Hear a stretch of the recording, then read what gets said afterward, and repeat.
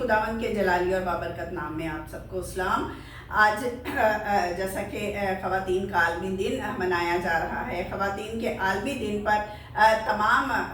ख़वातीन का यूनिटी का दिन है और आज के दिन की मैं तमाम ख़वातीन को, चाहे वो दुनिया के किसी भी खित्ते में हैं, मुबारकबाद पेश करती हूँ। आज के दिन हर मुल्क अपनी अपनी कौम की ख़वातीन को अप्रिशिएट करती है जिन्होंने किसी भी शोबे में नुमाया कारकर्दगी हासिल की हो, चाहे वो पॉलिटिक्स हो, मेडिकल हो, स्पोर्ट्स हो, बिजनेस हो, आर्ट्स हो या कोई दूसरा शोबा हो। क्योंकि दुनिया की कोई भी कौम उस वक्त तक तरक्की नहीं कर सकती जब तक कि उस कौम की ख़वातीन मर्दों के साथ शाना बशाना खड़ी ना हो और मिलकर काम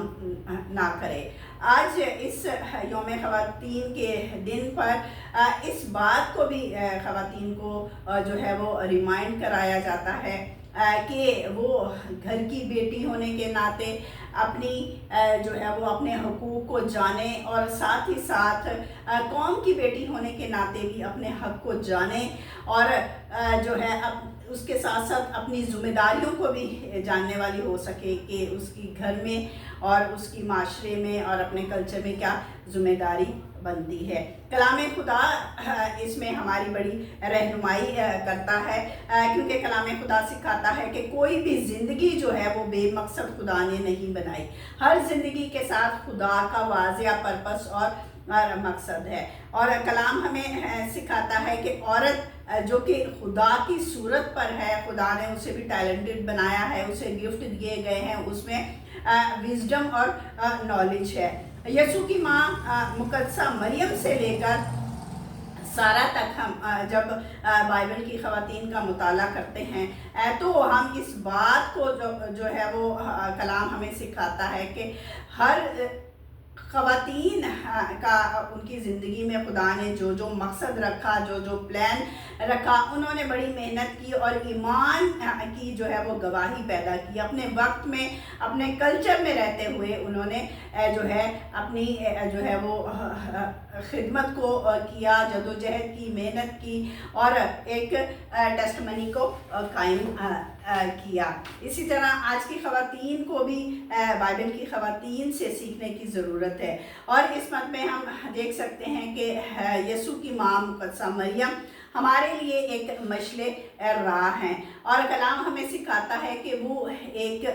गरीब और मामूली घराने से ताल्लुक़ रखती थी, लेकिन खुदा ने जब उसे चुना और जब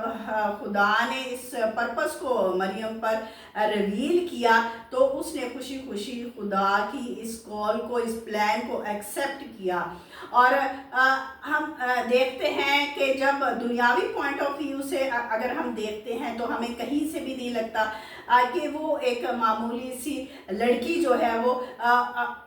निजात दहिंदा को इस दुनिया में लाने का सबब ठहरेगी, लेकिन खुदा की मर्ज़ी थी। खुदा ने उसे चुना, उसे अनॉइंट किया और ये बड़ा मंसूबा खुदा ने उसकी ज़िंदगी में जो है वो कायम किया और खुदा उसने पूरा किया। इसलिए आज के यौम ख़वातीन पर हर ख़वातीन को, हर लेडी को, हर बेटी को जो है अपने अंदर आइडेंटिफाई करना है, ये देखना है कि खुदा ने उसमें कौन से गिफ्ट डाले हैं, उसमें कौन सा ऐसा टैलेंट है, तो आप जान के वर्क हार्ड करें, मेहनत करें, तो इसी तरह से आप ईमान की टेस्टमनी कायम कर सकते हैं। इसमें ताज्जुब करने की ज़रूरत नहीं या इसमें जो है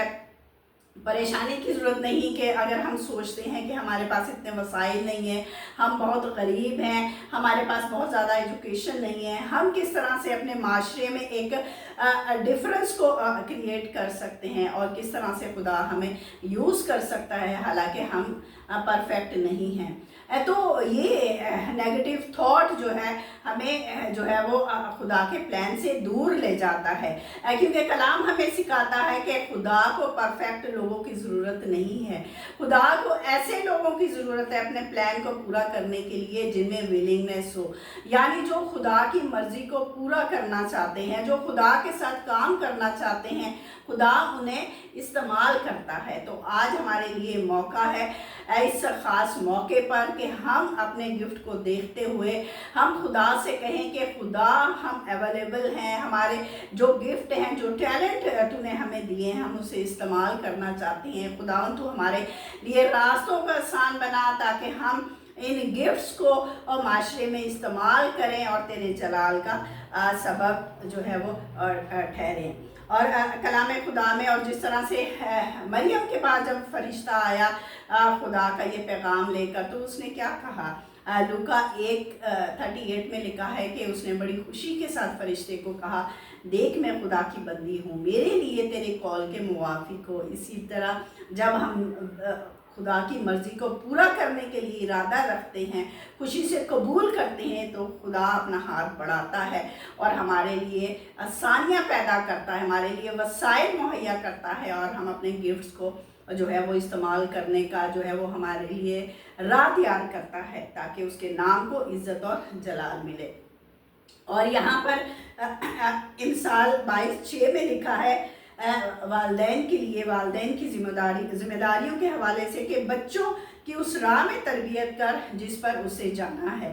یہ والدین کی رسپانسبلٹی بنتی ہے کہ وہ اپنے بچوں کے اندر ان گفٹس کو دیکھیں، ان ٹیلنٹس کو دیکھیں جو خدا نے انہیں دیے ہیں، اور وہ کس طرح سے یوز ہو سکتے ہیں معاشرے میں اپنی زندگی کو بہتر بنانے کے لیے، اور اپنے معاشرے کی ترقی کے لیے کیا خدا نے ان کو دیا ہے اس کے اوپر ورک ہارڈ کریں بچوں کے ساتھ، اور جو ہے بچوں کے اوپر انویسٹ کریں، تاکہ کیونکہ ہم ماں باپ گائیڈ کر سکتے ہیں بہتر طور پر اپنے بچوں کو، کیونکہ وہ حالات سے واقف ہوتے ہیں اور معاشرے میں کیا چل رہا ہے، کس طرح سے انہیں ٹریٹ کیا جا رہا ہے، تاکہ بچوں کو یہ صاف پکچر جو ہے وہ دکھانی چاہیے، تاکہ وہ سیکھیں کہ آگے چل کر معاشرے میں یا دنیا میں جو ہے وہ کس طرح کے حالات چل رہے ہیں اور کس طرح سے ان کو فیس کرنا پڑے گا، تاکہ وہ شروع سے ہی اس بات کے لیے تیار ہو سکیں۔ اور خاص طور پر ہم جب بچوں پر انویسٹ کرتے ہیں، بیٹوں پر انویسٹ کرتے ہیں، تو لازمی طور پر ہم جس طرح سے بیٹوں پر انویسٹ کرتے ہیں اسی طرح بیٹیوں پر بھی انویسٹ کریں، کیونکہ دونوں کے لیے ہمیں ایکولی جو ہے وہ سوچنا ہے، کیونکہ عورت جو معاشرے میں آج تک جو ہے وہ ذہنی اور جو ہے ذہنی اور ثقافتی طور پر، کلچری طور پر اور جنسی طور پر اور جسمانی طور پر تشدد کا شکار ہوتی ہے۔ تو ہمیں ان ساری چیزوں کو مد نظر رکھتے ہوئے اپنی